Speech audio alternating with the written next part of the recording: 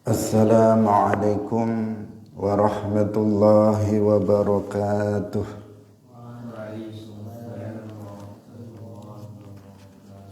Alhamdulillahi rabbil alamin. Lahun ni'matu wa lahul fadlu wa lahus sana'ul hasan. Wassalawatullahil barrir rahim wal malaikatil muqarrabin ala sayyidina wa maulana Muhammadin wa ala alihi wa ashabihi at-tayyibin at-tahirin. Allahumma la sahla illa ma ja'altahu sahla wa anta taj'alul hazna idza syi'ta sahla. Allahumma arzuqna al-ikhlasa fi an-niyyati wal qawli wal amal wa ba'du. إلى النبي المصطفى صلى الله عليه وسلم وإخوانه من الأنبياء والمرسلين والشهداء والصالحين خصوصا إلى سلطان الأولياء الشيخ عبد القادر الجيلاني والشيخ أحمد الرفاعي والشيخ بهاء النقشبندي والشيخنا عبد الله الهرري وإلى أرواح مؤسس جمعية نهضة العلماء الشيخ محمد هاشم أشعري والشيخ بسر سنسوري والشيخ عبد الوهاب حسبوه وإلى أرواح جميع أهل القبور من المسلمين والمسلمات. الفاتحة. أعوذ بالله من الشيطان الرجيم. بسم الله الرحمن الرحيم. Alhamdulillahi Rabbil Alamin. Ar-Rahmanir Rahim. Maliki Yawmiddin. Iyyaka na'budu wa iyyaka nasta'in. Ihdinas siratal mustaqim. An'amta 'alaihim ghairil maghdubi 'alaihim waladdallin. Amin. Hadirin hadirat kaum muslimin muslimat, pemirsa Madu TV rahimakumullah. Alhamdulillah, kita bersyukur kepada Allah Subhanahu wa taala. Pada pagi hari ini Allah Subhanahu wa ta'ala masih melimpahkan nikmat-nikmatnya, rahmatnya kepada kita semuanya, terutama nikmat taufik, karena hanya dengan taufik Allah Subhanahu wa ta'ala pagi hari ini kita memiliki kemampuan untuk bisa melanjutkan pengajian tafsir juz amma. Semoga Allah Subhanahu wa ta'ala memberikan keistiqomahan kepada kita semuanya. Amin ya rabbal alamin. Salawat dan salam semoga tetap terlimpahkan kepada Nabi Agung Nabi Muhammad sallallahu alaihi wasallam, para sahabatnya, keluarganya, serta seluruh umat Islam yang mengikuti beliau ila yaumil qiyamah. Kita ikhlaskan niat kita masing-masing, kita ngaji lillahi ta'ala. Terlebih dahulu kita baca suratul Ghasyiyah. A'udzu billahi minasy syaithanir rajim. Bismillahirrahmanirrahim. Hal ataka haditsul ghasyiyah. Wujuhun yawmaidhin khashi'ah, 'amilatun nasibah, tasla naran hamiyah, tusqa min 'ainin aniyah, laysa lahum ta'amun illa min dhari', la yusminu wa la yughni min ju'. Wujuhun yawmaidhin na'imah lisa'yiha radiyah fi jannatin 'aliyah la tasma'u fiha laghiyah fiha 'ainun jariyah fiha sururun marfu'ah wa akwabun mawdu'ah wa namariqu masfufah wa zarabiyyu mabthuthah afala yanzuruna ilal ibili kaifa khuliqat wa ilas samai kaifa rufi'at wa ilal jibali kaifa nusibat wa ilal ardi kaifa sutihat fadzakkir innama anta mudzakkir lasta 'alaihim bimusaytir illa man tawalla wa kafar fayu'adzibuhu Allahul 'adzabal akbar inna ilayna iyabahum thumma inna 'alaina hisabahum. Hadirin hadirat kaum muslimin rahimakumullah. Kita sampai pada ayat yang ke-17 dari surat Al-Ghasyiyah. Afala yanzuruna ilal ibili kaifa khuliqat wa ilas samai kaifa rufi'at wa ilal jibali kaifa nusibat wa ilal ardi kaifa sutihat afala yanzuruna ana ta ora ningali sapa sira kabeh ae kufaru Makkah tegese pira-pira wong kafir Makkah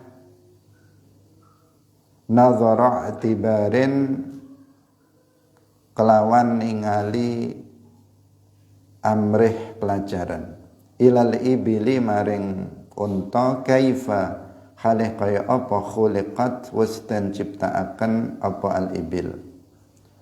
Qala wasdawah sapa al ulama'u pira-pira ulama innama khassa angin pestine ngususaken sapa Allah al ibila ing unta min ghairiha saking liyane unta li anna al araba krana sak temene wong Arab iku lam yarau ora ningali sapa wong Arab bahimatan ing binatang ternak qattu babar pisan a'zama kang luweh agung minha tinimbang sangking ibil wali annaha lan krana sak temene ibil iku kanat ana apa ibil iku anfasa amwalihim luweh bagus-baguse pira-pira bondone al-Arab wa aktsaraha lan luweh akae amwalihim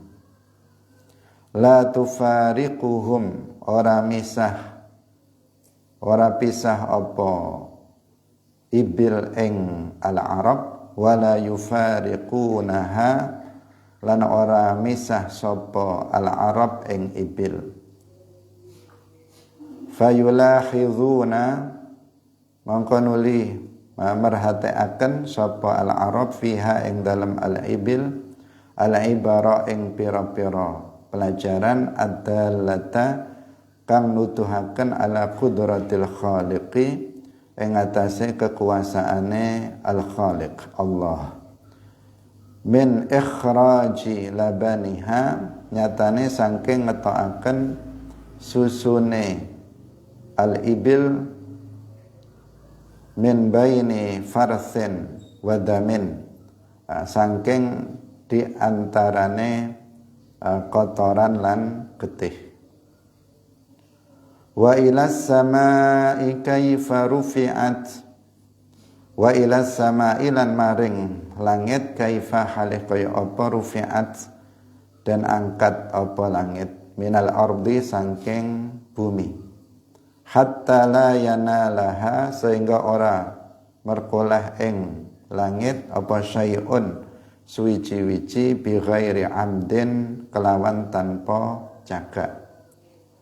Wa ilal jibali kaifa nusibat wa ilal jibali lan maring pira-pira gunung kaifa halih kaya apa nusibat dan tegakaken alal ardi ing atase bumi. La tazulu ora ilang utawa ora kingsir apa aljibal wala tataghayyaru lan ora berubah.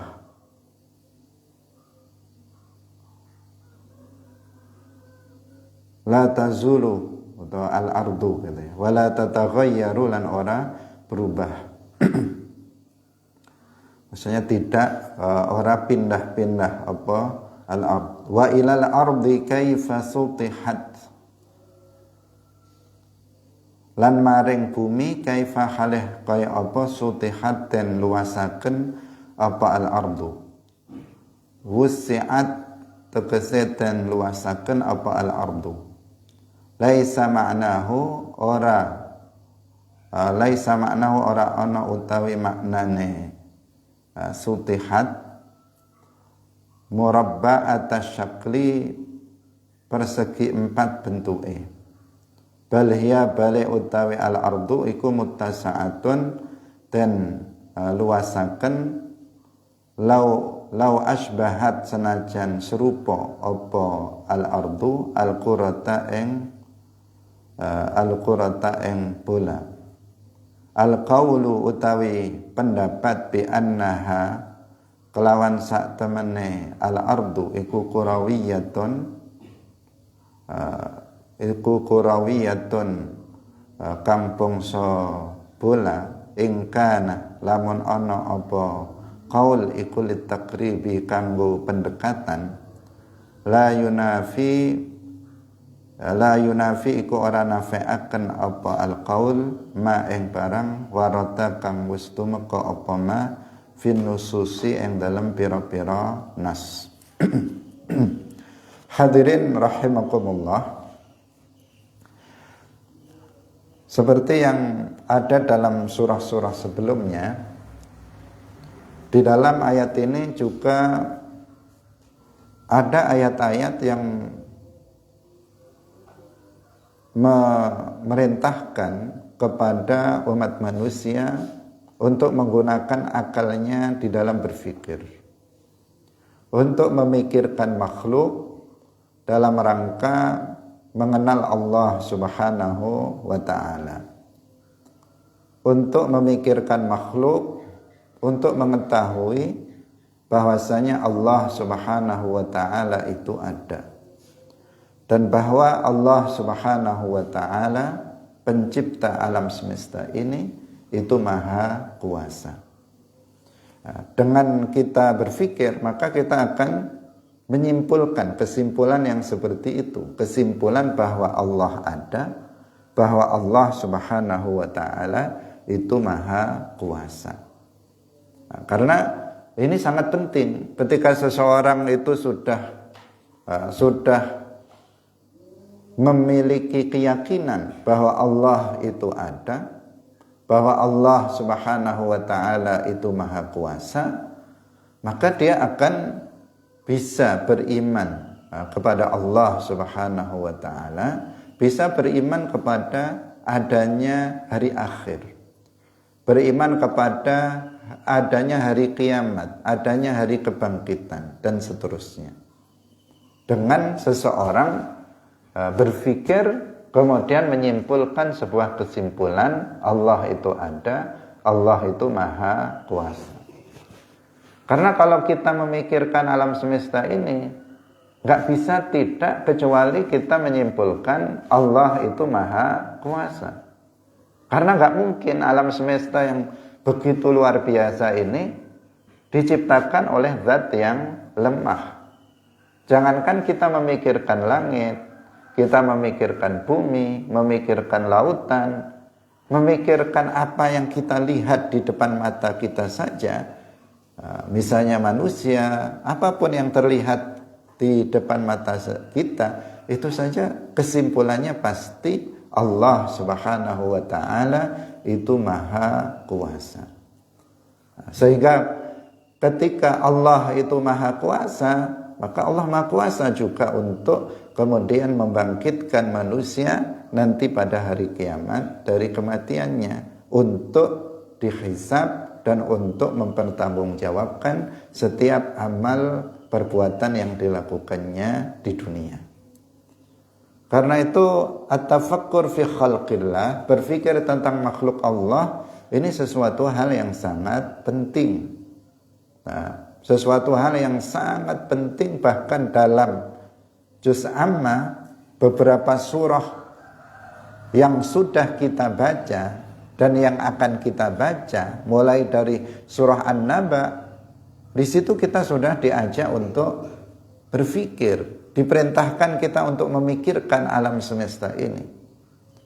Sehingga para ulama mengatakan at-tafakkur fi khalqillah itu ibadatun azimah, sebuah ibadah yang sangat agung. Sering-seringlah kita berpikir tentang alam semesta ini. Sekali-kali boleh kita misalnya jalan-jalan ke pantai, jalan-jalan ke gunung, ke tempat-tempat yang indah untuk kemudian tafakkur fi khalqillah. Bukan sekedar jalan-jalan, sekedar bersenang-senang, apalagi kemudian untuk berbuat maksiat di tempat-tempat hiburan, di tempat-tempat tersebut. Tetapi dalam rangka tafakkur, nazar, i'tibar, melihat pemandangan alam semesta untuk mengambil pelajaran dari itu semuanya. Maka itu hal yang mulia, hal yang sangat baik. Dalam surah Al-Ghasyiyah, Allah Subhanahu wa taala berfirman, afala yanzuruna ilal ibili kaifa khuliqat wa ilas samai kaifa rufi'at wa ilal jibali kaifa nusibat wa ilal ardi kaifa sutihat. Ada 4 yang hendaknya kita fikirkan di sini. Ini hanya contoh dari alam semesta yang hendaknya kita fikirkan untuk diambil pelajaran. Yang pertama adalah unta, yang kedua adalah langit, yang ketiga adalah gunung, dan yang keempat adalah bumi. Yang pertama unta, afala yanzuruna ilal ibili kaifa khuliqat. Tidakkah kalian itu melihat dengan mengambil pelajaran, artinya berpikir tentang unta, bagaimana unta itu diciptakan. Unta itu adalah salah satu jenis dari binatang ternak, dari sekian banyak binatang ternak yang ada. Ini dicontohkan karena disebutkan di sini dalam penafsirannya, di sini dikhususkan ibil, unta, tidak yang lainnya.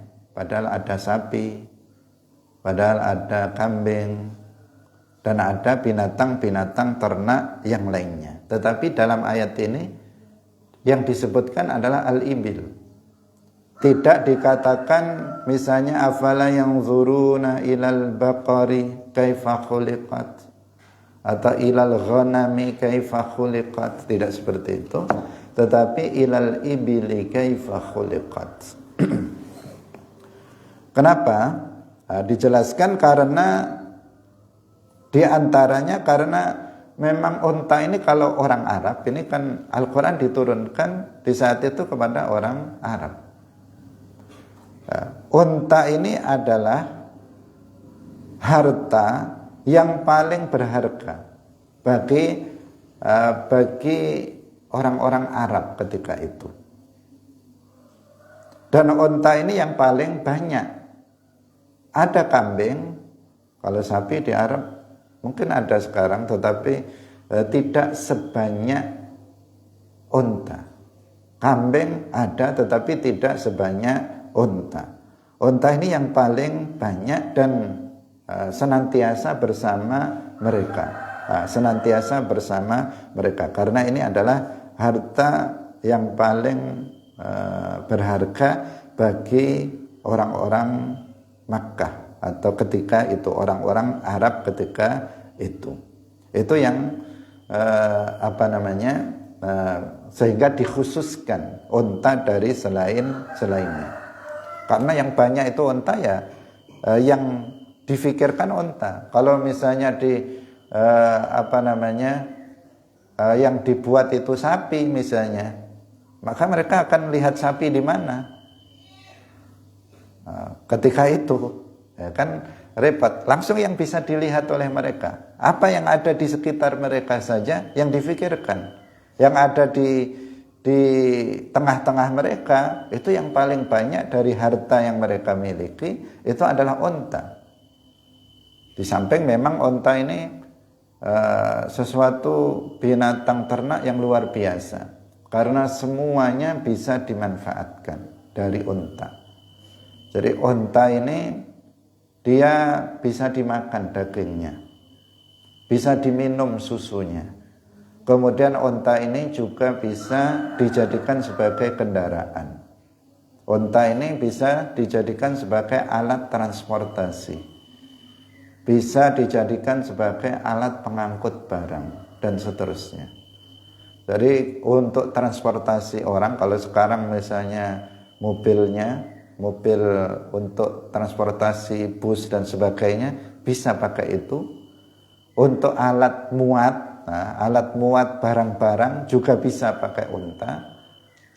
Disembelih, dimakan dagingnya juga bisa. Diperah susunya untuk minum juga bisa. Jadi unta ini serbaguna.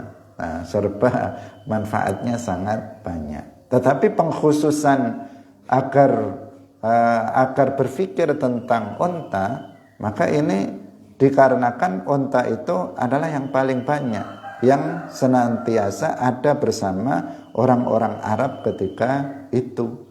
Sehingga kalau mau lihat unta itu nggak harus pergi ke tempat yang jauh, cukup karena dia sudah ada di sekitarnya. Ini kan ajakan atau perintah untuk berpikir tentang sesuatu, melihat dan berpikir. Melihat disertai dengan berpikir. Nah, kalau misalnya untanya nggak ada, kalau misalnya sesuatu yang difikirkan, objek yang difikirkan itu nggak ada, ya seseorang harus kesulitan, harus ke sana dulu, dan seterusnya. Semua yang 4 hal yang diperintahkan untuk difikirkan, untuk dilihat dan difikirkan, ini semuanya terlihat. Unta ada di sekitar mereka, gunung-gunung kalau di Arab, di Makkah itu udah di sekitar itu gunung semua. Nggak seperti di daerah kita, itu gunung-gunung itu sesuatu hal yang biasa. Gunungnya gunung batu, itu memang tempatnya itu penuh dengan pegunungan-pegunungan batu. Tidak seperti gunung-gunung di Indonesia yang ada pepohonannya, ada tumbuh-tumbuhannya. Jadi kalau mau lihat gunung ya memang sudah di sekitarnya semuanya gunung. Langit bisa dilihat, bumi sudah dia tempati. Jadi yang diperintahkan agar orang-orang Arab dan kita semuanya pikirkan itu sesuatu yang memang sudah terlihat oleh mata, dan plus kita diminta atau diperintahkan untuk berpikir. Karena melihat tidak selalu berpikir. Kita melihat unta tidak selalu diiringi dengan berpikir. Ketika kita melihat langit, tidak selalu kita diiringi dengan berpikir. Kadang sekedar melihat, pandangan kosong. Kadang melihat makhluk itu dengan pandangan kosong tanpa disertai berpikir. Bukan kadang, itu justru yang paling banyak. Kebanyakan kita lihat gitu saja, tanpa ada mengambil pelajaran dari apa yang kita lihat. Nah, maka di sini diperintahkan kita untuk berpikir tentang beberapa makhluk. Yang pertama adalah al-ibil, tentang unta. Bagaimana unta itu diciptakan? Wa ila samai kaifa rufi'at. Kemudian kita juga diperintahkan untuk berpikir tentang langit. Bagaimana langit itu diangkat dari bumi sehingga tidak bisa disentuh oleh sesuatu apapun, dan itu tanpa adanya tiang. Tanpa tiang. Itu sudah sesuatu yang luar biasa. Kita nggak bisa misalnya ada, tapi nggak ada, masalahnya nggak ada. Kalau misalnya ada atap, kemudian nggak ada tiangnya begini, kira-kira bisa nggak dia tetap pada tempatnya? Dibuat pondasinya dulu yang kuat, kemudian baru. Kalau langsung buat atap saja tanpa ada pondasinya, tanpa ada bangunannya, ya nggak bisa. Buatnya aja nggak bisa, ya pasti akan jatuh. Tapi ada langit yang bentuk dan ukurannya begitu sangat besar, tidak ada tiangnya, tetapi dia nggak jatuh. Orang berpikir tentang itu sudah langsung mengatakan Allah Maha Kuasa. Allah yang menciptakan langit, zat yang menciptakan langit yaitu Allah, itu zat yang Maha Kuasa. Sehingga Allah menciptakan langit. Menciptakan langit dalam keadaan seperti itu, tanpa adanya tiang, dia tidak jatuh. Seandainya langit itu jatuh, ya hancur lebur segala sesuatu yang ada di bawahnya.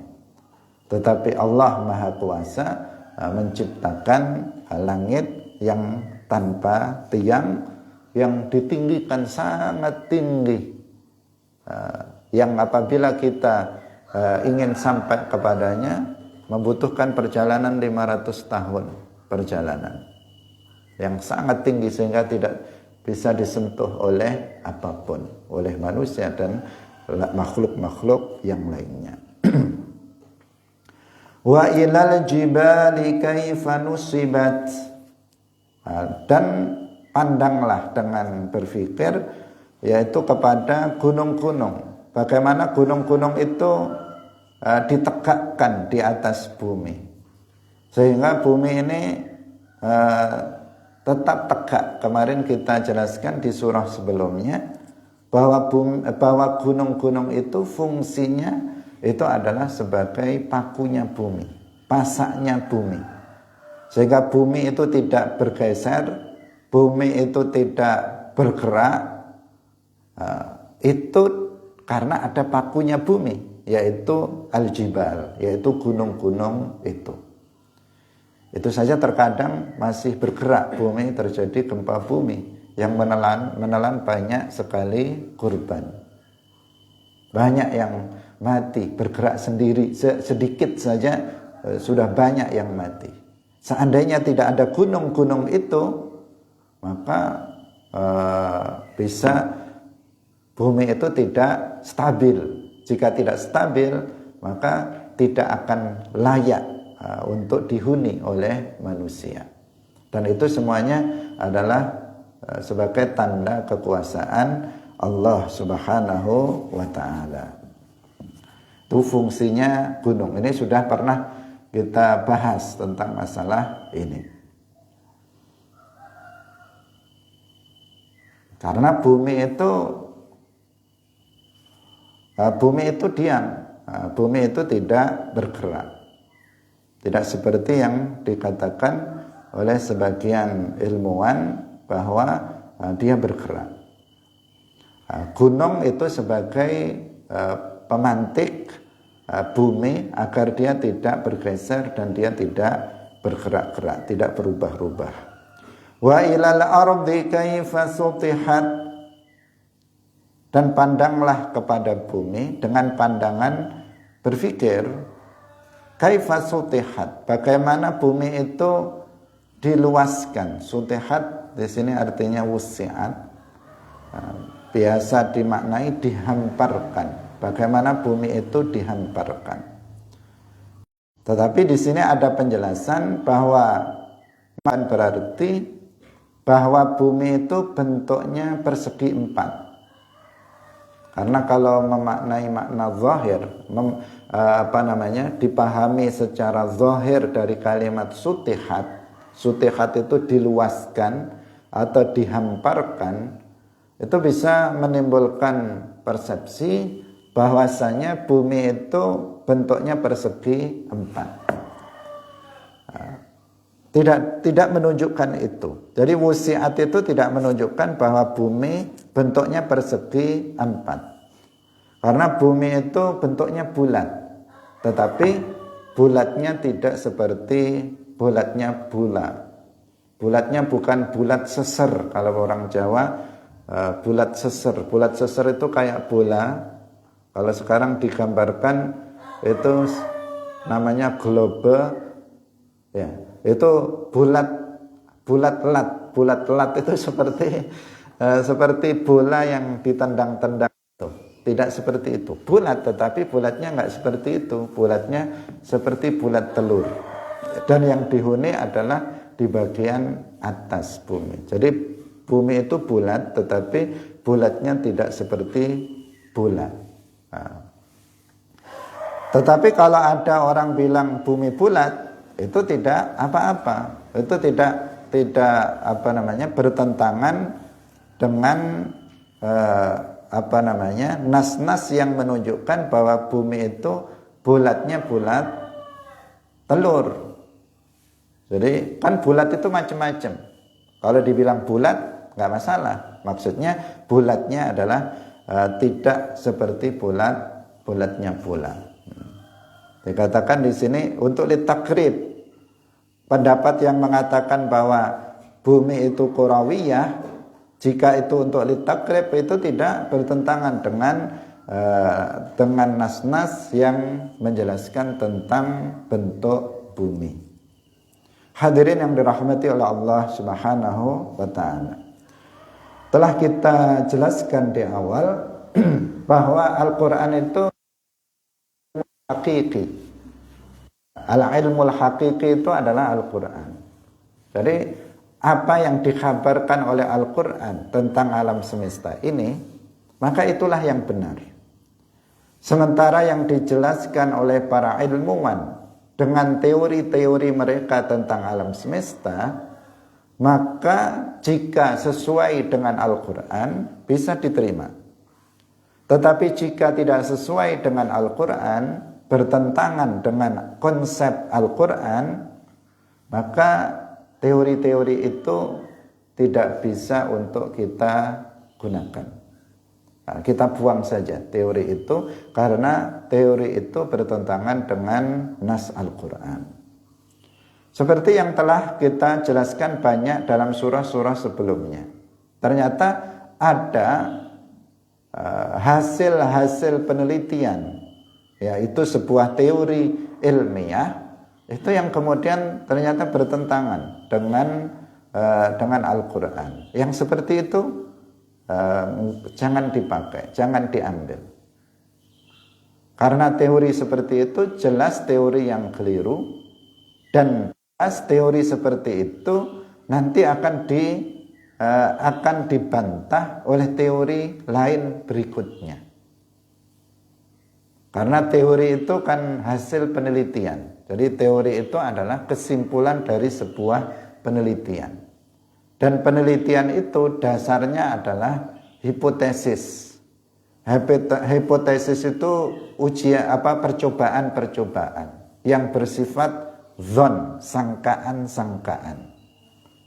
Maka sesuatu yang dihasilkan dari prasangka-prasangka, maka hasilnya juga prasangka. Nah, jadi dasarnya itu adalah zon, maka hasilnya adalah zon. Itu hanya dugaan saja. Dugaannya seperti ini, dugaannya seperti ini, seperti ini. Sedangkan Al-Quran itu ilmu hakiki, karena itu adalah kabar dari Allah Subhanahu wa ta'ala yang menciptakan alam semesta ini. Kalau yang mengkhabarkan itu yang menciptakan, maka itu nggak akan keliru. Pasti seperti itu. Nah, inilah maka penting kita bagi umat Islam. Karena dalam kajian ilmu tafsir belakangan ini ada yang disebut dengan at-tafsir al-ilmi. At-tafsir al-ilmi dalam kajian ilmu tafsir, yaitu tafsir sains, yang namanya tafsir sains. Ada sebagian orang yang konsentrasi di bidang at-tafsir al-ilmi. Tapi sangat disayangkan bahwa at-tafsir al-ilmi ini kebanyakan itu memaksakan diri. Nah, memaksakan diri itu mereka berangkat bukan dari Al-Quran untuk menjelaskan tentang alam semesta, tetapi mereka berangkat dari teori yang dihasilkan oleh para ulama, oleh para ilmuwan, yang kemudian dicocok-cocokkan dengan ayat-ayat Al-Quran. Jadi dalam hal ini ayat-ayat Al-Quran itu dipaksa, diperkosa untuk mengikuti teori yang sudah dihasilkan oleh para ilmuwan. Sehingga kemudian mengatakan, oh ini sudah ada dalam Al-Quran sejak 1500 tahun yang lalu misalnya. Padahal nggak ada. Ini karena ada teori baru dari Barat. Kemudian orang Barat ini ketinggalan. Ini sudah ada dalam Quran, sejak dulu sudah ada. Dia mengatakan begitu. Sebelum teori itu ada, dia nggak bilang ini sudah ada. Tapi ketika teori itu muncul, dikeluarkan oleh para peneliti, para ilmuwan, kemudian dia baru bilang bahwa ini sudah ada dalam Al-Quran. Apa yang dihasilkan, yang ditemukan oleh para ilmuwan ini sudah ada dalam Al-Quran, seakan-akan bangga. Ini Al-Quran luar biasa, sudah ada sebelum para ilmuwan menemukannya. Nah, padahal ini sangat berbahaya, sangat berbahaya. Apa bahayanya? Ketika teori itu ternyata salah. Ketika teori itu ternyata bisa dimentahkan oleh teori baru yang datang berikutnya. Terus kita mau ngomong apa? Ketika ternyata kesimpulan itu sudah dinasakh, sudah dihapus oleh teori baru. Terus kita kemudian yang mengatakan bahwa yang teori tadi itu ada dalam Al-Quran, sekarang kita mau bilang apa? Padahal itu sudah jelas-jelas salah. Nah, kita akan istilahnya ngaplu. Gimana ya? Bingung kita mau ngomong apa. Sedangkan itu sudah dipastikan secara ilmiah keliru. Nah, makanya jangan kita itu latah mengatakan, oh itu sudah ada dalam Al-Quran, ini sudah ada dalam Al-Quran. Dalam tafsir itu kita harus merujuk pada ayat, penafsiran, baru kemudian kita hasilkan sebuah kesimpulan. Karena itulah yang al-ilmu al-haqiqi itu yang dari Al-Quran. Ilmu yang sebenarnya itu yang dari Al-Quran. Jangan kemudian seseorang itu dibalik. Jadi sumber ilmu pengetahuan itu Al-Quran, bukan teori-teori ilmiah. Ini sangat sangat penting. Kita yang harus mengambil pelajaran dari Al-Quran, bukan Al-Quran yang suruh ngambil pelajaran dari kesimpulan sebuah teori atau penelitian yang dilakukan oleh orang.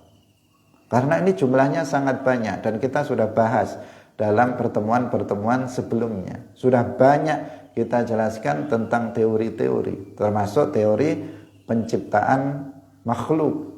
ada teori Darwin, ada teori Big Bang dan sebagainya, termasuk teori matahari, bumi dan sebagainya, tentang langit, tentang bumi dan seterusnya. Ternyata banyak yang tidak sesuai dengan informasi Al-Quran. Maka harus waspada kita terhadap hal-hal yang seperti itu. Hadirin yang dirahmati oleh Allah Subhanahu wa ta'ala. Fadzakir innama anta mudzakir. Fadzakir innama anta mudzakir. Kita baca dulu. Fadzakir ai'idza a'id tegese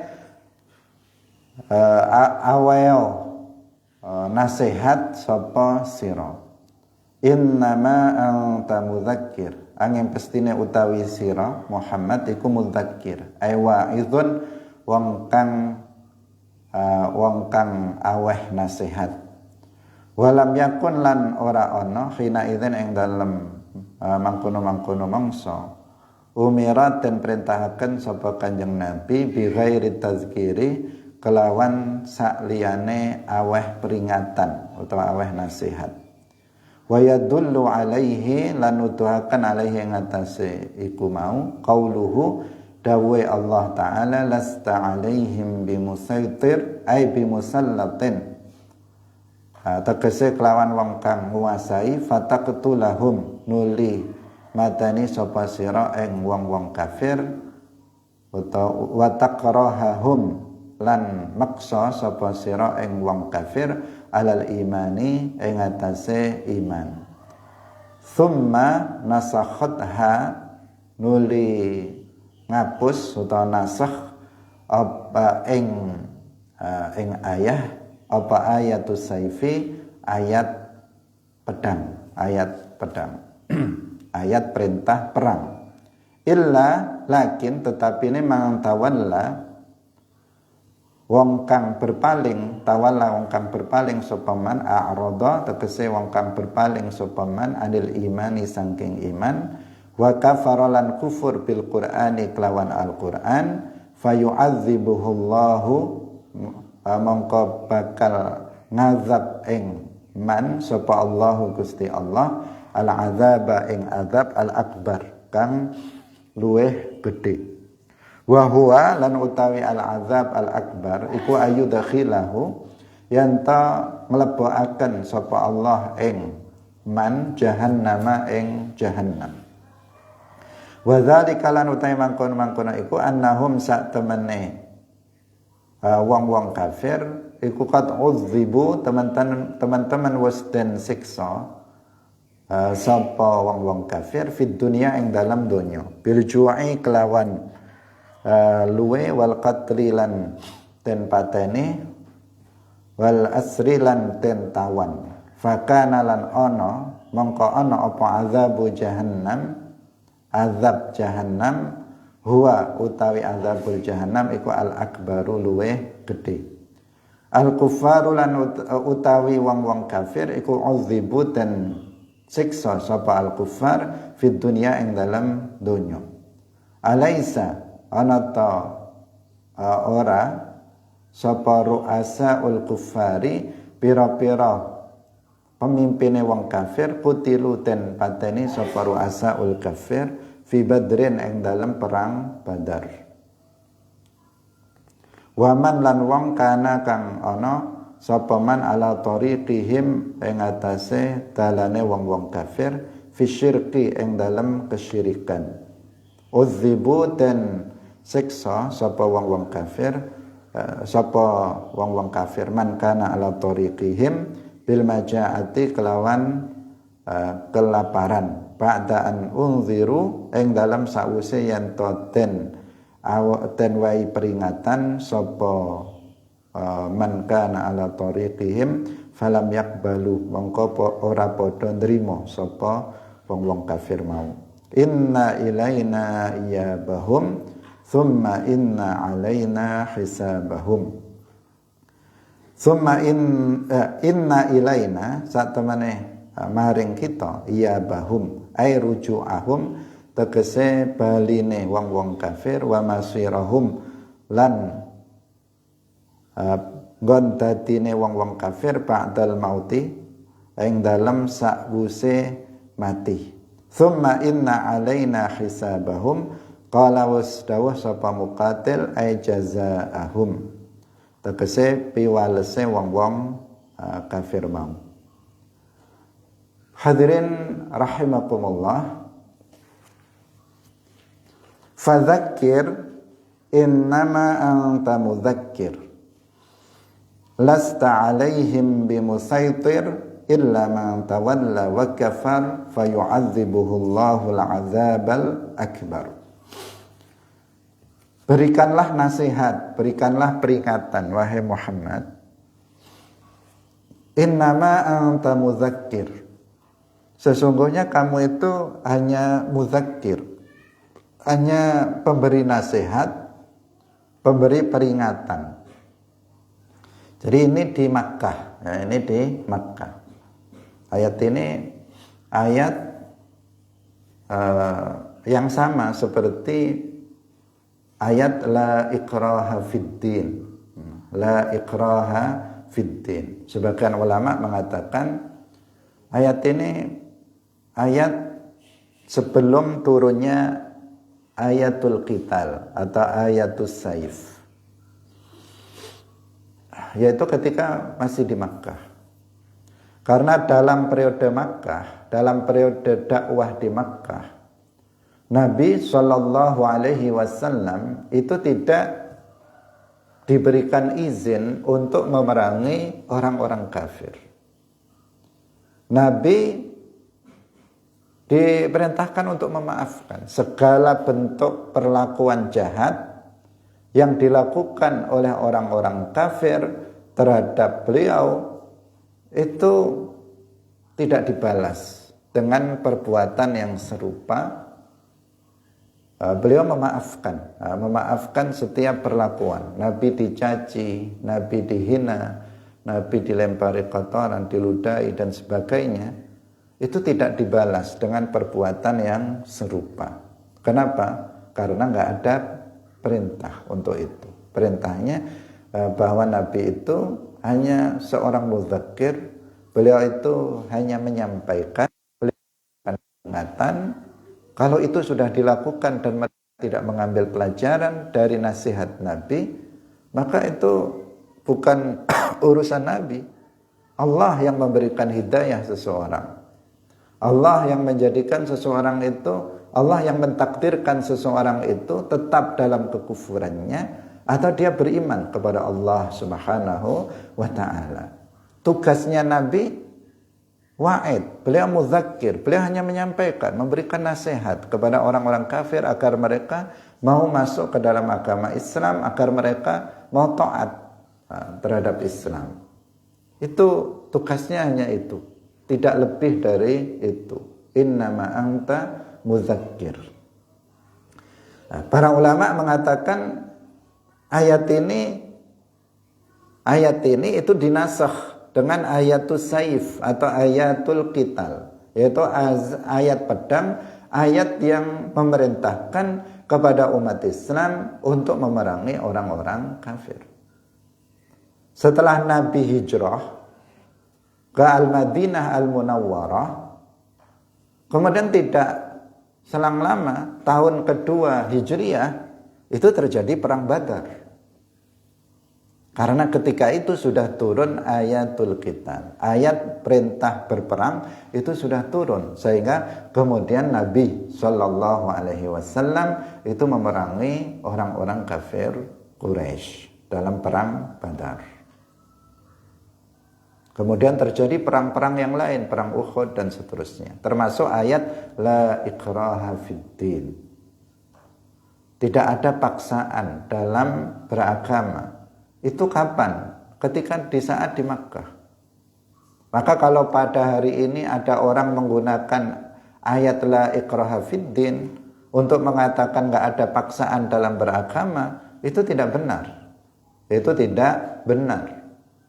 Kenapa ayat ini ayat yang turun di Makkah? Ayat ini ayat yang sudah dinasakh oleh ayatul qital, ayat perintah untuk berperang. Apakah ada pemaksaan yang lebih berat dari memerangi? Ini sebuah pemaksaan. Perang itu tujuannya untuk memasukkan orang ke dalam agama Islam. Banyak orang yang setelah diperangi baru mereka mendapatkan hidayah Allah dan masuk ke dalam agama Islam. Ketika para penguasa yang zalim, yang kafir itu diperangi, betapa banyak orang rakyatnya yang kemudian masuk ke dalam agama Islam. Nah, maka Islam itu menyebar dengan dua cara. Yang pertama dengan cara damai, yang kedua dengan cara perang. Itu nggak bisa dibantah. Sejarah menjelaskan itu. Sejarah menjelaskan itu. Al-Quran menjelaskan itu. Hadis-hadis Nabi menjelaskan itu. Sejarah menjelaskan itu. Sebagian orang lebih parah lagi, mengatakan nggak ada dalam Islam itu perang. Dia mengatakan begitu. Perang yang ada itu hanya politik, katanya. Perang yang ada itu hanya untuk mencari kekuasaan. Itu urusan duniawi. Ini tuduhan terhadap Nabi, tuduhan terhadap para sahabat dengan tuduhan yang sangat tercela. Nabi itu motivasi perangnya bukan mencari kekuasaan, bukan untuk mencari kenyamanan, bukan untuk mencari kedudukan. Para sahabat Abu Bakar, Umar, Utsman, Ali semuanya berperang. Tujuannya li'a'la'i kalimatillah. Bukan tujuannya untuk mencari kekuasaan. Ada sebagian orang yang nuduh seperti itu, dengan mengatakan dalam Islam itu nggak ada perang. Perang yang terjadi itu adalah bukan urusan agama itu, tapi itu urusan duniawi, urusan politik. Ini justru penghinaan terhadap Nabi dan penghinaan terhadap para sahabat, para khulafaur rasyidun dan lainnya. Maka harus diwaspadai. Dalam Islam perang ada. Itu fakta sejarah, ada dalam Al-Quran, ada dalam hadis. Tetapi perang dalam Islam ada aturannya. Ada aturan. Jihad fisabilillah dalam perang fisik itu bagian dari syariat Islam. Karena bagian dalam syariat Islam maka ada aturannya. Yang sekarang mengatasnamakan jihad fisabilillah yang dilakukan oleh para teroris itu kan nggak sesuai dengan aturan Islam. Itu kita nggak setuju dengan itu. Kita mengecam itu. Kenapa? Karena nggak sesuai dengan aturan Islam. Kalau ada orang sholat, kemudian sholatnya nggak sesuai dengan aturan Islam, kita mengingkari. Ada orang puasa, puasa itu bagian dari syariat Islam, tapi dia melakukannya nggak sesuai dengan syariat Islam, kita mengingkari. Itu bukan pahala yang didapatkan, justru dosa. Demikian juga ada orang yang mengaku-ngaku jihad, tetapi dia nggak mengikuti ketentuan jihad dalam Islam, kita mengingkarinya. Tapi bukan kemudian kita menafikan adanya jihad fisabilillah dalam bentuk perang fisik, seperti yang dilakukan oleh sebagian orang. Hadirin yang dirahmati oleh Allah Subhanahu wa taala. Jadi ayat ini innama anta mudzakir ini adalah sudah dinasakh dengan ayatus saif. Ayatus saif.